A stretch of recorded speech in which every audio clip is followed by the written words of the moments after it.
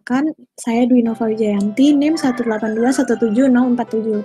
Pada video kali ini saya akan menjelaskan tentang pembuatan arsitektur enterprise menggunakan framework TOGAF. Nah, ini adalah daftar isi dari video kali ini. Yang pertama itu Introduction to Enterprise Architecture, dan selanjutnya adalah fase-fase yang akan dibahas lebih detail menggunakan studi kasus sesuai dengan tugas besar arsitektur enterprise, yaitu yang pertama preliminary phase, lalu arsitektur vision atau fase A, lalu business architecture atau fase B, selanjutnya ada information system architecture atau fase C yang akan dibagi atas data arsitektur dan application architecture, dan yang terakhir yaitu teknologi arsitektur atau fase D. Nah, yang pertama, Introduction to Enterprise Architecture. Apa itu arsitektur enterprise? Enterprise architecture adalah suatu keseluruhan dari prinsip, metode, dan model dalam proses menerjemahkan visi dan strategi suatu enterprise untuk dapat menjadi lebih efektif dalam proses bisnisnya dengan cara membuat, mengkomunikasikan, dan meningkatkan kebutuhan enterprise itu sendiri. Apa fungsi dari project arsitektur enterprise? Yaitu pemanfaatan teknologi informasi dan komunikasi untuk mendukung seluruh aktivitas proses bisnis suatu enterprise dengan upaya mengurangi redundansi antara sistem informasi dan komunikasinya menggunakan kembali informasi dan komponen software dan pemilihan solusi dan teknologi baru secara efektif. Pada tugas besar kali ini, kita menggunakan framework TOGAF atau The Open Group Architecture Framework yang terdiri dari beberapa fase seperti preliminary, vision, business architecture, information system architecture, technology architecture, opportunities and solution, migration planning, implementation governance, dan architecture change management. Namun, dalam video kali ini akan dibahas hanya sampai fase D, yaitu teknologi arsitektur. Nah, ini adalah studi kasus dari tugas besar yang digunakan. Kita menganalisis sebuah enterprise sekarjagat, yaitu sebuah butik yang menjual berbagai macam produk batik, mulai dari pakaian wanita, outer, tas, aksesoris, dan pernak-pernik berbau batik lainnya. Nah, untuk menganalisis enterprise sekarjagat, kita melakukan fase pertama, yaitu preliminary phase. Langkah-langkah dalam preliminary phase ini yaitu yang pertama, menentukan scope dari organisasi yang terdampak. Yang kedua, konfirmasi tata kelola dan kerangka kerja pendukung dari sekarjagat. Yang ketiga, mendefinisikan dan membangun tim arsitektur. Identifikasi dan membangun prinsip arsitektur, menyesuaikan TOGAF dengan framework lain apabila menggunakan framework lain dalam pembuatan arsitektur enterprise. Dan yang terakhir, implementasi tools-tools arsitektur. Terdapat 5 dokumen preliminary phase. Yang pertama, organizational model, business principle goals driver, architecture principle, architecture repository, dan request for architecture work.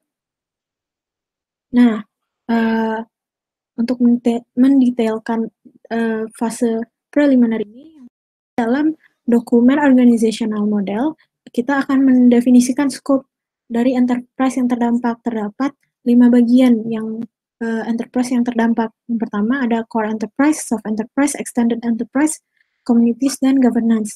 Dapat dilihat pada slide pihak-pihak yang terlibat di dalamnya. Lalu dalam organizational model juga dilakukan penilaian maturity. Terdapat maturity assessment ini dilakukan dengan menggunakan TOGAF 2019, sehingga didapatkan 5 proses dengan nilai tertinggi, dan kita identifikasi kondisi sekarang dan kondisi target yang ingin dicapai. Berikut ini adalah struktur organisasi dari sekarjagat.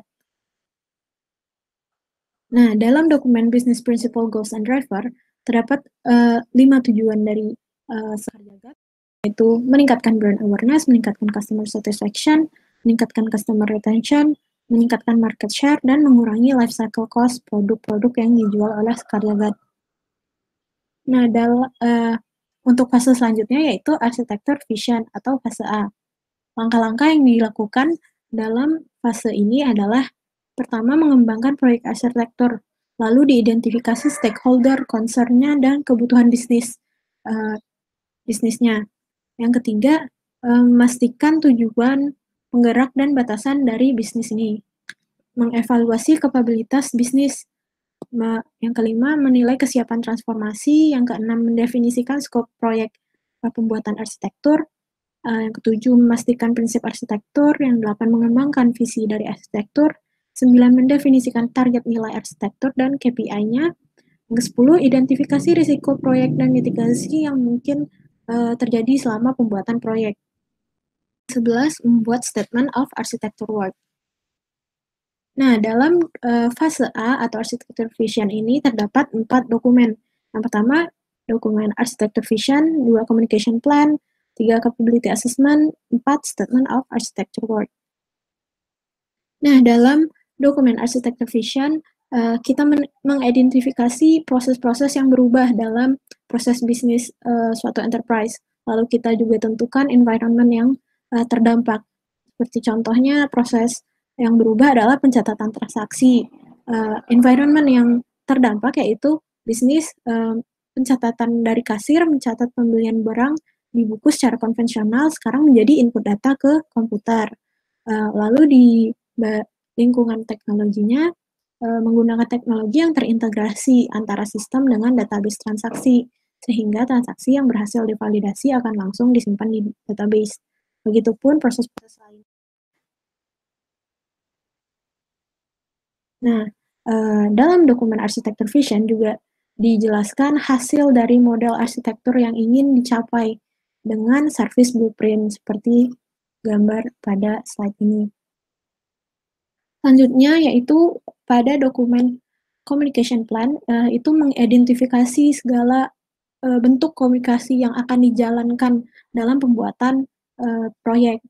Untuk ini contohnya managerial approaches. Jadi setelah mengidentifikasi stakeholder dari enterprise tersebut, kita mengkategorisasikan setiap stakeholder tersebut dalam matriks seperti ini.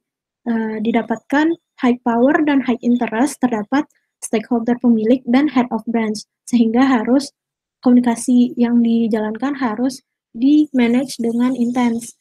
Untuk high interest power itu ada operational, sales, dan finance-nya, sehingga ketiga divisi ini harus diinformasikan secara periodik. Nah, dalam dokumen communication plan juga ditentukan mekanisme komunikasi yang akan digunakan, seperti events, channels, dan formatnya. Kayak untuk event contohnya rapat secara periodik, briefing, survei, dan meeting lainnya.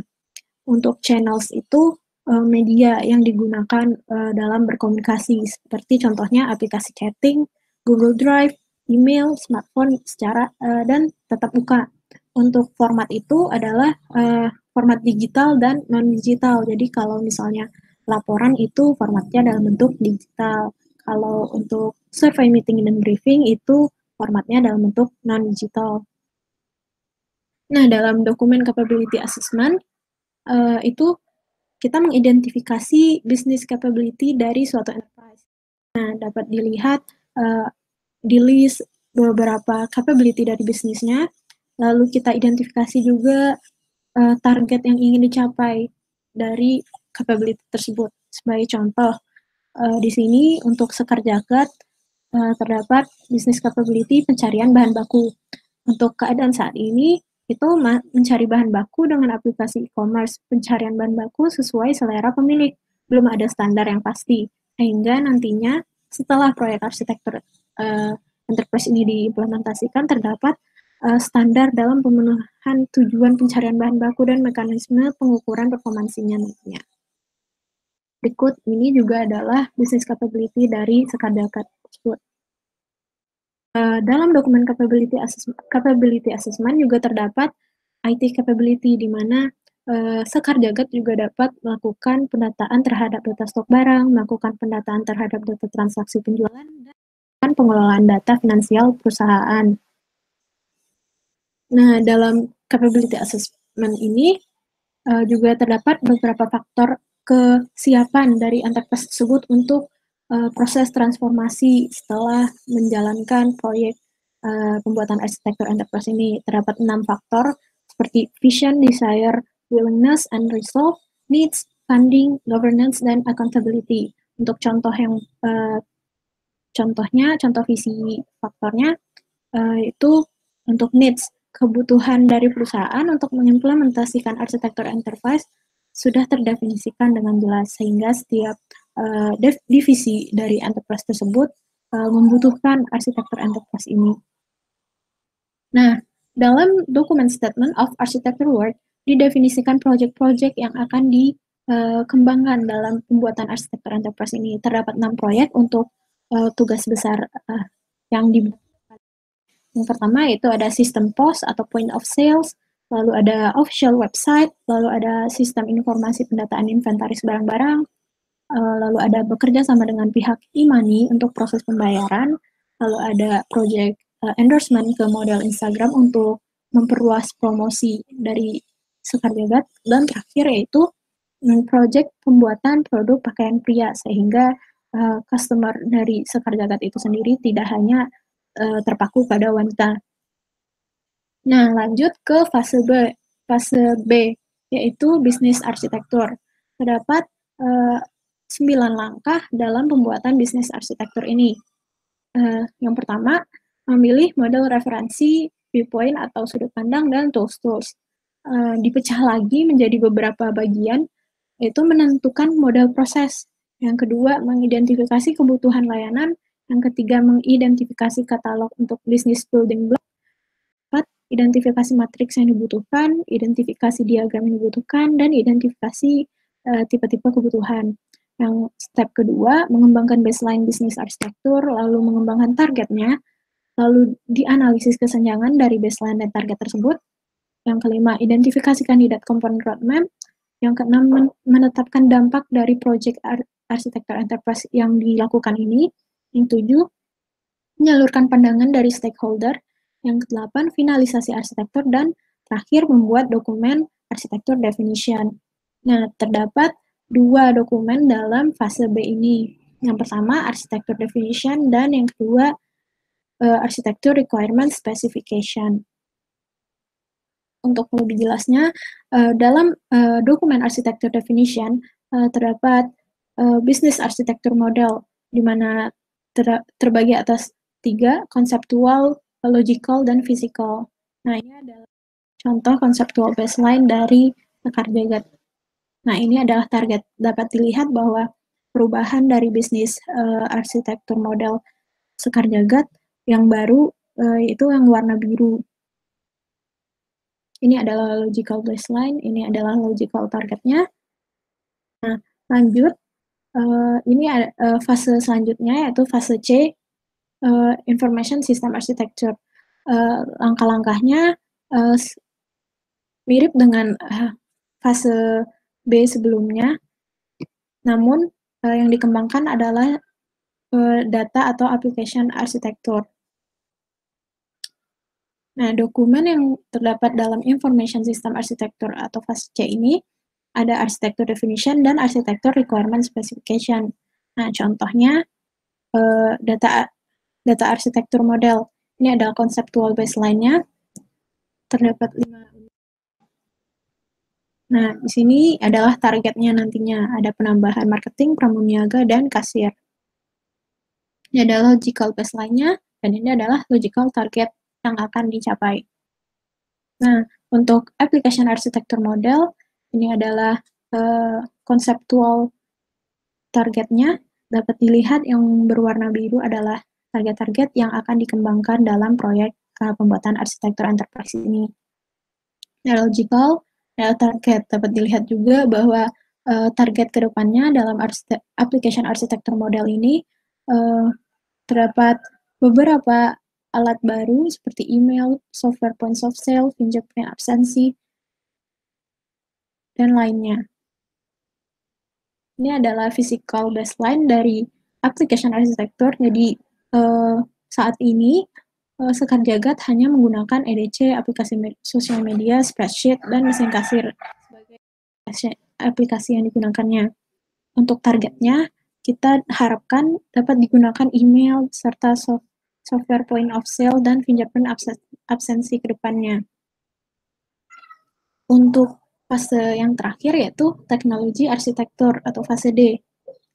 Untuk langkah-langkahnya, yang pertama milih model referensi atau viewpoints and tools yang akan di breakdown lagi menjadi 7 proses. Pertama, menentukan mode proses. Yang kedua, mengidentifikasi kebutuhan layanan. Yang ketiga, mengidentifikasi katalog untuk teknologi building blocks-nya. Yang keempat, identifikasi matriks yang dibutuhkan, identifikasi diagram yang dibutuhkan, identifikasi kebutuhan, serta memilih layanan-layanan teknologi yang akan digunakan dalam proyek ini. Untuk step kedua, mengembangkan baseline teknologi arsitektur, mengembangkan target teknologi arsitektur, lalu dilakukan analisis kesenjangan antara baseline dan target teknologi arsitektur, lalu identifikasi komponen roadmap, menetapkan dampak dari proyek ini, menyalurkan pandangan dari stakeholder, dan finalisasi arsitektur, dan yang terakhir, membuat dokumen arsitektur definition. Nah, terdapat 3 dokumen dalam fase D ini. Yang pertama, arsitektur definition. Yang kedua, arsitektur requirement specification, dan arsitektur roadmap. Nah, untuk contohnya, di dalam arsitektur definition ini terdapat konseptual baseline dan target dari teknologi arsitektur modelnya. Dapat dilihat dalam konseptual target, kita menambahkan web server sebagai server yang baru, karena pada proyek pembuatan arsitektur enterprise ini akan dibuat official website untuk Sekerjagat. Adalah logicalnya, ini adalah physicalnya. Nah, pada dokumen arsitektur roadmap, kita mendefinisikan keuntungan dari project-project yang dibuat. Contohnya seperti sistem points of sale, yaitu memudahkan analisis data penjualan, meningkatkan akurasi laporan penjualan, dan pendataan penjualan lebih terstruktur. Untuk setiap project akan didefinisikan secara lebih detail. Selain itu, dalam dokumen arsitektur roadmap juga diprioritaskan proyek-proyek yang terdampak. Proyek prioritas ini dibagi atas 3 kategori, high, medium, dan low. Nah, dalam arsitektur roadmap juga didefinisikan timeline dari proyek-proyek pembuatan arsitektur ini. Dapat dilihat contohnya dalam timeline ini dan chart ini yang warna hijau adalah timeline dari keseluruhan proyek arsitektur. Untuk setiap proyeknya terdapat ada yang paralel dan ada yang seri. Nah, dalam arsitektur roadmap juga kita identifikasi biaya dari setiap proyek yang dikembangkan. Seperti contohnya dalam tugas besar ini, sistem pos membutuhkan 37.100.000 rupiah, sehingga total dari 6 proyek yang dikembangkan menjadi 126.080.000.